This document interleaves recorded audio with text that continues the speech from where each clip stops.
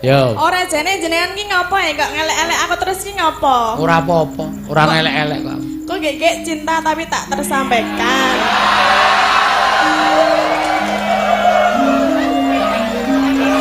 Apa ngono iki?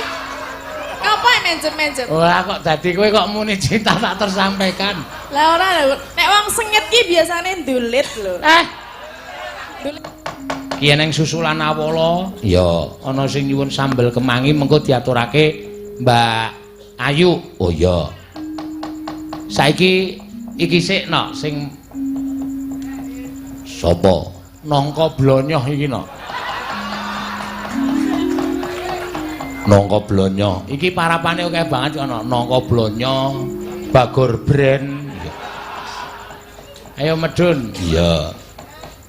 Mbak Tatin Lestari Andayani dalam kurung nangka blonyoh. Kok nangka blonyoh. Kuwi sing marapi udu aku kok sing marapi wong-wong kok. Nek aku ora tau marapi dhek ora tau blas. Nangka blonyoh Bagor Brand ya. Nek kula nangka blonyoh terus betone sepira? Mongko aku ora ndek beton lho.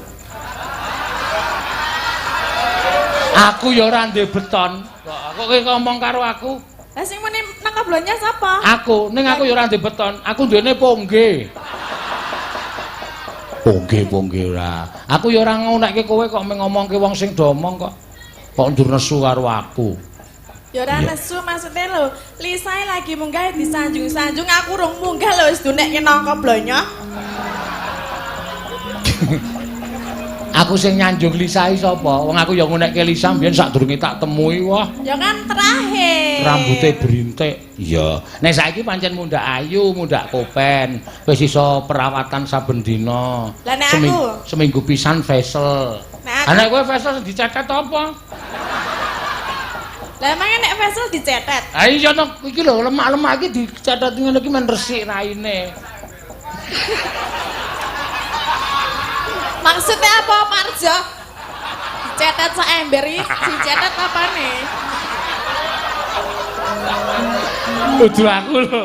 Lah iya kae sing kenong kurang ajar. Ayo. Ora dalange, ora wiyagane nek karo aku kok embuh lho. Ayo kuwi mulane kowe ngrasakno.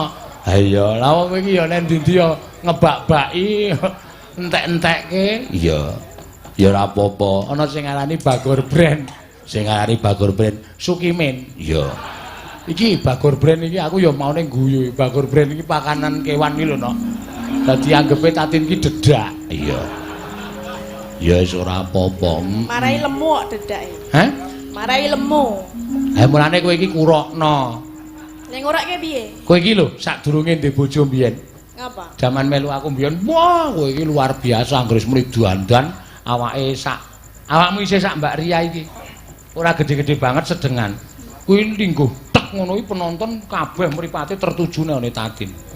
Oh. Saiki wis beda. Saiki sing do ngrasani iki kae sik Tatin sik digawe kok. Oh, kok lemu batu ngono. Sing do omong iki, oh kok dadi semono to saiki? Ngono. Lah ya kan sepira? Lah ya maksude tok cilikke semene iki ngono. Lah nyilikke piye gemboske? Ah kene tak cublese apa piye? Duwe dom lho. Hah? Duwe dom apa piye? Pring. Pring. Pring ya piye maksudnya? Ah iya ora. Yo. Ora jane jenengan ki ngopo ya kok ngelek-elek aku terus ki ngopo? Ora apa-apa, ora ngelek-elek kok. Kok gek cinta tapi tak tersampaikan.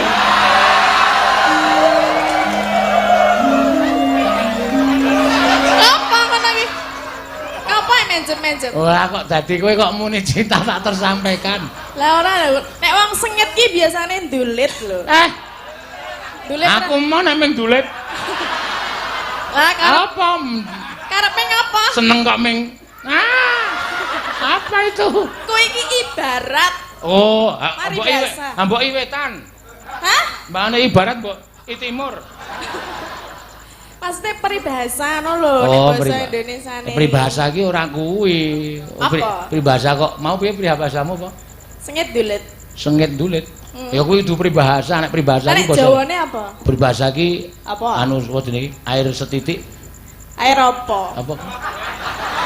Air apa? Kok sikae to tak mikir. Lho apa jenenge? Nila setitik. Ada susu sebelah enggak? Ya beda tuh kuwi ya. Ayo malah seneng banget. Ayo, Iki misale sapa ta guru iki? guru kencing berdiri, murid kencing berlari ngono kae. Sapa sing kencing? Peribahasa.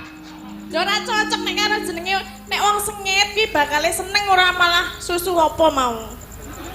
Ora lah kok kowe kok dadi ngarani aku cinta tak tersampaikan iki piye maksude? Lah mergane kok ngelek-elek aku terus ki biasane nek wong ngelek-elek iki seneng e. Ya urung karuan kok ya. Lah saiki tak takon seneng ora? Sapa? Jenengan. Ora. Tenane. Sik tak ngombe kopi sik. Ben uripku peteng. Lah ngopo? Ha iki kan gelap ya to. Ben ireng to. Heeh. Piye? Ben ireng. Wes nek ireng.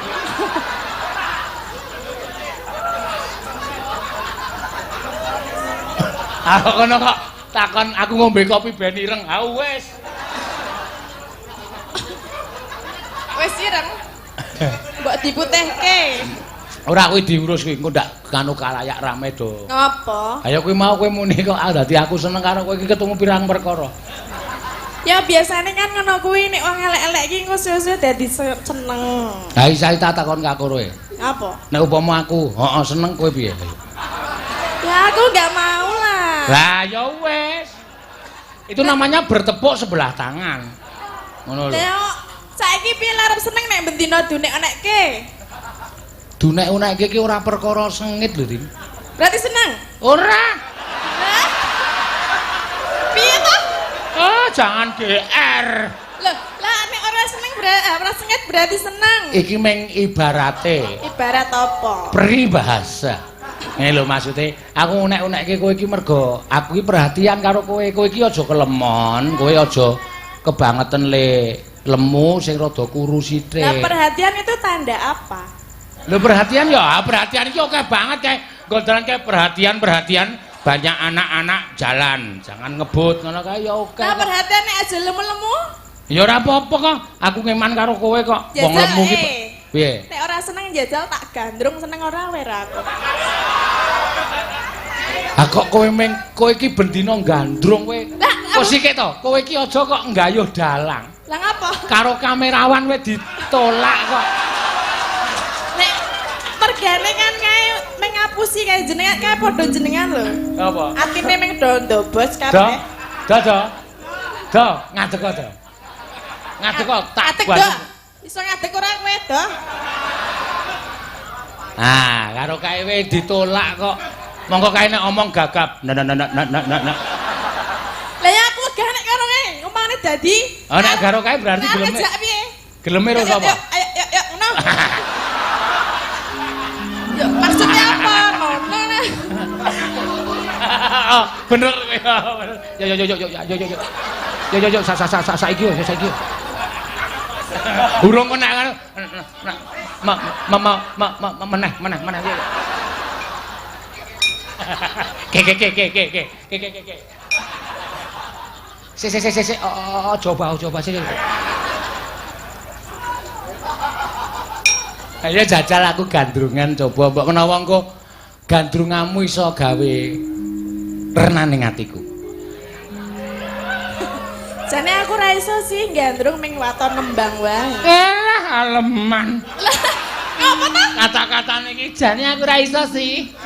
Lah piye? Ora usah nganggo sih. Lah nganggo apa? Wah, jane aku ra iso. Ngono kepenak. Jane aku ra iso sih. Mergane aku pancen ra iso gandrung sih. Mergane ngono lho sih. Lah metu dhewe. Tumbas kopi sih. Metu dhewe. Apane? Sihe. Oh, sihe metu.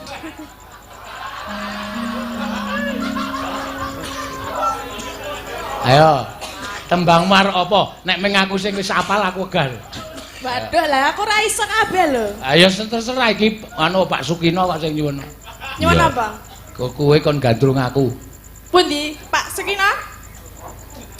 Nyawer lho, Pak. Nek ora nyawer ora dadi lho gandrungane kok. Kapok kowe. Wis, iki lagi iki ana Letnan Kolonel diperintah sinden. Lah pas nang panggung ya rawani aku. Wis karo bapakne rasa. Kita, iki. Dek kok ora bobok sesuk sekolah urung ta iki ya? Urung ta. Ki melu bapak sik kuwi. Melu ki lho bapak. Ya cah kendel. So calon dadi bintang tamu kuwi. Ayo. Ha sing mesti disawer karo Pak Sukino. Ya. Rinasa sayang ngalelo. Ngapa kok ana iki ekspresine? Gandrung kok sedih. Lah ya apa? Gandrung ki ya sing anu lagune suarane kasmaran utawa Iki... apa upamane anu gandrung ki upamane ya sing tembang sing mengenane ngati. Aku pertama wis Rino saya karoso. Dengarkan liriknya. Kukur pahlawanku. Lah aku nek seneng-seneng ya piye? Ya wis sakarepmu tak. Lirike wae dirungokke. Kae. Oh, Pak Mulyono, Pak iki. Iya. Digandrung ya apa Pak? Digandrung sak modare. Samudare cengelmu. Nggih, Pak, siap. Pak Edi Mulyono ajudan Bu Menteri. Ya. Nggih, matur sembah nuwun nggih, Pak. Mugi-mugi rezekipun lancar. Salah satu dongake wis lancar ket biyen-biyen. Lah ya nek jenenge adine iki nek ya dongake. Nek ajudan menteri iki namung dhuwite namung bayar kowe. Guru ki nganggo atusane won. Sida ora iki? Sida, ya. Ha sida wis nganu e. Wis ngapa? Maksude wis siap-siap ya. Nek sayange rasa rene lah aku piye le gandrung. Ora sarono kok ado-adoan aku nek cedak ya emoh. Kaya nyedaki Bagor Brand. Alah, ora tau ngrasake kowe ngomong.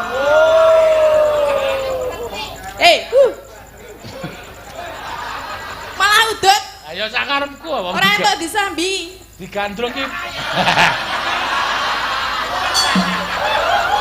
Karang men rada suwe. Ayo. Piye ta? Wis gak wis ayo. Baleni ya. Heeh. Rinasa Sambil udut terus ndelok TV. ngapa wi? Ayo nek digandrung ngono tadi. Di TV ndi? Oh nek ora nang omah kok. Sayang ngalelo. Iki dadi sapa? Parjo. Kono lu ae. Ndelok ditembak apa piye kowe? Bakul ngene.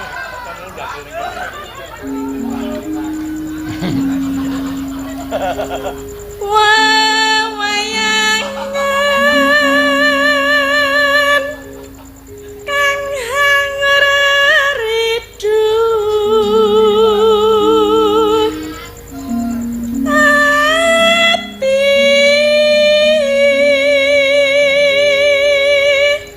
mung tansah wayangan. Oh piye? Maksudmu? Iki dadi Sena apa dadi Brata? Loh, aku manut. Aku tok dadekke opo aku manut. Dadi munyuk wae. Ora masalah waton. Kamandaka lho. Ora apa-apa. Aku tok dadekke munyuk ora apa-apa. Nek awake dhewe gelem munyuk-munyukan. Dadi Den Mas Brata ya? Iya, dadi Den Mas Broto njebrot moto. Matane sapa? Matamu. Mataku ora jebrot. Singkono mingkem ngene.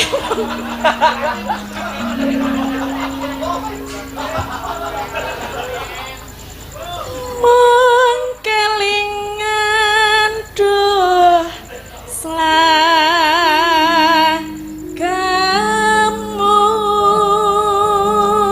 Tak kira yen cakepane dudu kuwi. Lah pripun to? Mung kelingan debt kolektor. Kula tansah kemu tansah laganipun jenengan lho Den Mas. Sakarepmu, kowe suminten berarti iki ya. Kowe suminten ta? Aku rata. Sakarepmu suminten ning aku ora iso nglakoni sab pripun to Den Mas? Sab iki basa ketoprak sabab. Sab aku wis ana sing duwe ya kuwi cempluk warsiah. Cempluk warsiah? Iya. Isih sedulur lho karo aku. Ya sakarepmu. Ning aku ora iso nampa katresnanmu. Mbok ora gumujeng to? Mbok sing serius. Lho, aku ora guyu. Aku serius. Mbok jenengan purun nggih kalian kula nggih Den Mas. Ora iso. Sebabipun menapa? Ora didasari rasa tresna kok kon iso nglakoni katresnan kuwi. Lah nggih mengki suwe-suwe iso tresna nek ora iso. Sing jeneng tresna ki ora iso dipeksa, ora iso. Ora dicoba kok meni ra iso? Lah. Ora iso kuwi. Kabeh kudu dijajal dhisik Den Mas. Apa meneh kudu nganggo dijajal. Aku ora iso nglakoni kaya ngono. Aku di seneni karo Kanjeng Panembahan Pangisingan. Kok Pangisingan? Lah sapa? Sapa jenenge mbah? Pasingsingan.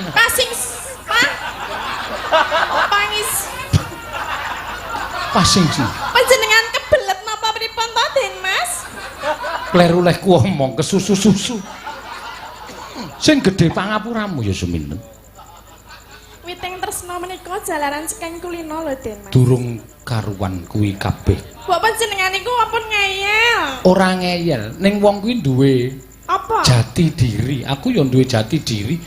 Jati diriku wis tresna karo cempluk. Mula aku ora iso mbagi katresnan kuwi ora iso. Ya aku diibaratke cempluk wae ora apa-apa. Ya ora iso kelakon wong pasuryanmu wae beda karo cempluk. Ayo aku to? Heh? Ayo aku. Sing kandha sapa? Lah aku ngono kok. Ayo aku, gede-gede aku. Apa Den Mas? Kesleo telake. Guyu ra iso meneng. Oh, jebulane Den Mas Brotoe duwe kanu to, saradan. Saradan sing kepiye? Nek guyu ra iso mingkem, nek guyu ra iso wis. Aja kaya ngono. Lah kula niku tresna tenan lho kalih panjenengan niku Den Mas. Tetep aku ra iso. Mbok ampun ngoten to napa panjenengan boten mesakaken kalian kula.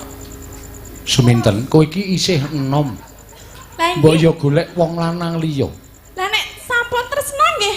Abdiku ana ing Kraton Agung Nusantara. Napa wonten napa? Pirang-pirang kowe milih sapa? Kula mboten ajeng milih wong kula tresnane kalian panjenengan lho. Ya sing gedhe pangapuramu aku ora iso nglakoni. Alah mbok mesakake ngono lho, ana wong wedok kaya ngene kok ya ora dilahapi. Wong sing jeneng aturmu wae wis kaya ngono kuwi nandhake nek suwijining wong wadon sing ora apik. Mboten lah kula Ana wong wadon kok ngendikane wis ana kaya ngene kok dirahap. Apa anggepmu kowe kuwi panganan apa piye? Lah nggih nek jenengan ngimbake kula panganan nggih kula gelem kok. Aku mau mangan. Panganan rubung laler kok dipangan. Niki dereng dirubung lho. Wis ngono kok. Wong lagi diencoki urung dirubung. Lah, dencok iki malah wis didelehi penyakit. Saya meng sedilit kok. Ora iso. Lah mbok ampun ngenten niku to Den Mas. Emoh. Sebabe ngopo ngono lho, nek meng ora tresna iku suwe-suwe iso dadi tresna. Ora iso. Kowe kok wong kok ngeyel banget to. Lah nggih kula ya pun tresna kalian jenengan lho. Wis ora iso. Mas. Wis. Gelem ya? Gelem ya?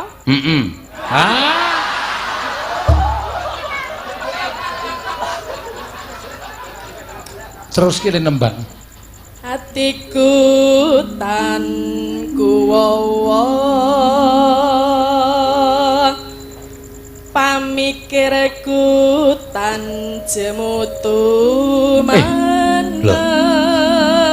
Sing apik kata-katane. Lah ngapa? Balen ono meneh. Sing Atiku mikirku tan jemutu mana kalbu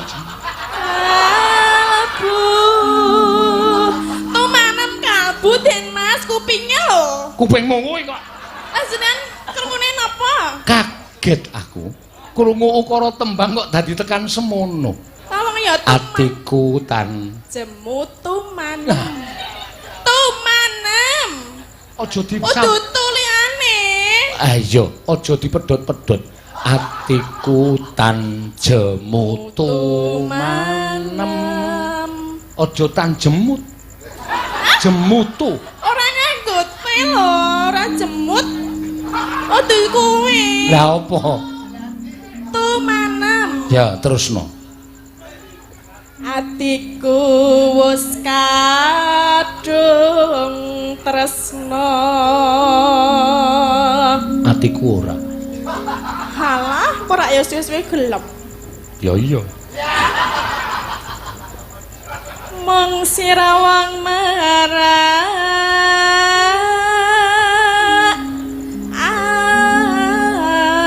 ati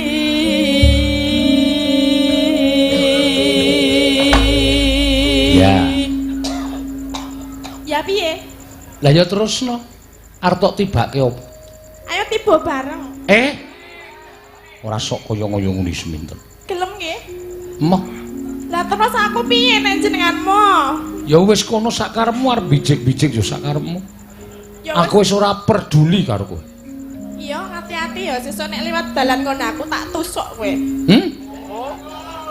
apa rasa omongan rasa caturan lah kok wis ana gelem ya wis rasa omongan kowe ngancam seminten lah ya nek ra diancam ya piye kowe ngancam iya ditenono ngapa yen kowe liwat ngarep kadipaten ngapa ana ijo-ijo dawa-dawa mentul-mentul apa kuwi wong mikul empring terus banjur aku arep digapakke ora tak apa-apake tak sunduk nganggo empring ya ming lara tok ora metu gedhiye iya aku tak nembang ya iya ngembang sing apik arep milih Den Mas milih salah siji sapa Den Mas milih apa kadung tresna apa kuwi kembang rawe kembang rawe wae kok yo gelem karo aku ya oh iya engko anggres kembang rawe mengko terus apa panjalukmu tak turuti tenan lho Den Mas wis rasa kuwatir nek ngapusi awas iya ora apa-apa meng awas dosa apa kuwi dosa wis ngerti dosa kuwi wong kang tumindak ala kuwi mesti bakal kena dosa ya wis jenengan wis ngapusi karo aku ayo Denko muni ya Denko tut ngono kuwi yo tak ayo digedruke sik iya mangga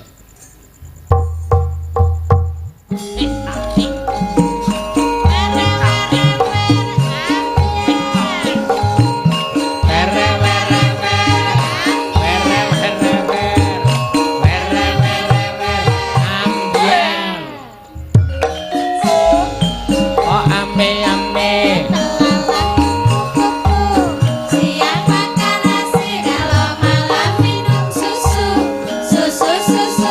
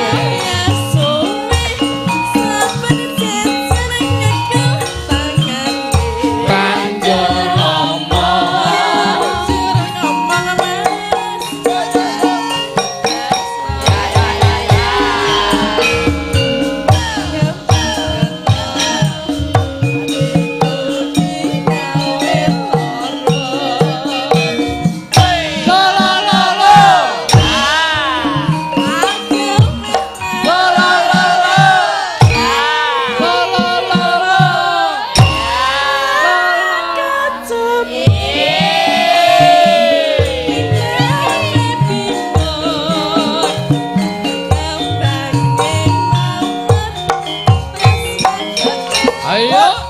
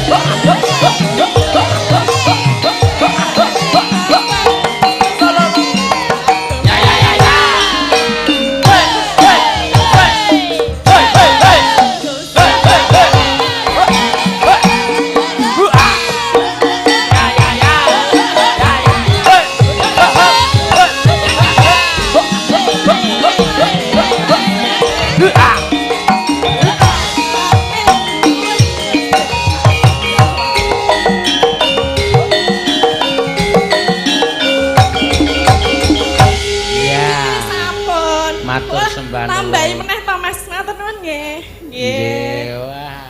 Alhamdulillah. Wis. Piye iki aku keringetan lho. Apa? Wis keringetan ah. Ayo gek manggon kono gek kebut-kebut. Iya. Kaya telo. Ya. Tenuwun nggih, Pak. Nggih, matur sembah. Nah, diantara ngene ning matur nuwun. Maksude piye maksude? Ka maksud wis atos suarane. Ben ra maksud mbok ben cah radongan. Iya.